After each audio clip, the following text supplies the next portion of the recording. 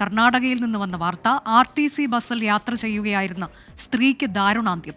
എതിർദിശയിൽ വന്ന ലോറി ഇടിച്ച് യാത്രക്കാരിയുടെ തലയറ്റുപോയി. ഗുണ്ടൽപെട്ടിന് സമീപമാണ് അപകടമുണ്ടായത്. അരുൺ പൂപ്പറമ്പ വിശദാംശങ്ങളുമായി. അരുൺ, അത് നമുക്ക് പറഞ്ഞ് പോലും വയ്ക്കാൻ പറ്റാത്ത അത്ര ഭീതിതമായൊരു അപകടമാണ്. വിശദാംശങ്ങൾ.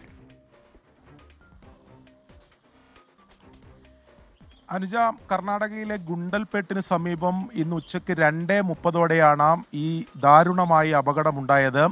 മൈസൂരുവിൽ നിന്ന് ഗുണ്ടൽപേട്ടിലേക്ക് കർണാടക RTC ബസ്സിൽ യാത്ര ചെയ്യുകയായിരുന്നു ഈ സ്ത്രീ.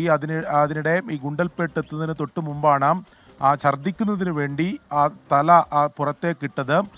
ആ ഘട്ടത്തിൽ എതിർദിശയിൽ വന്ന ടാങ്കർ ലോറി ഈ സ്ത്രീയെ തലയിൽ ഇടിക്കുകയായിരുന്നു എന്നതാണ് ലഭിക്കുന്ന വിവരം.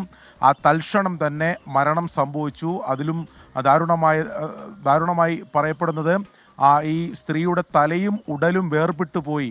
അത്ര ദാരുണമായൊരു അപകടമാണ് ഉണ്ടായിട്ടുള്ളത്. നമുക്കിപ്പോൾ ലഭിക്കുന്ന വിവരം അനുസരിച്ച് ഗുണ്ടൽപേട്ട് സ്വദേശി തന്നെയാണ്. ഒരു 48 വയസ്സുള്ള സ്ത്രീയാണ് മരിച്ചിട്ടുള്ളത്. ഇപ്പോൾ പേര് വിവരങ്ങൾ എന്തായാലും ലഭ്യമായിട്ടില്ല.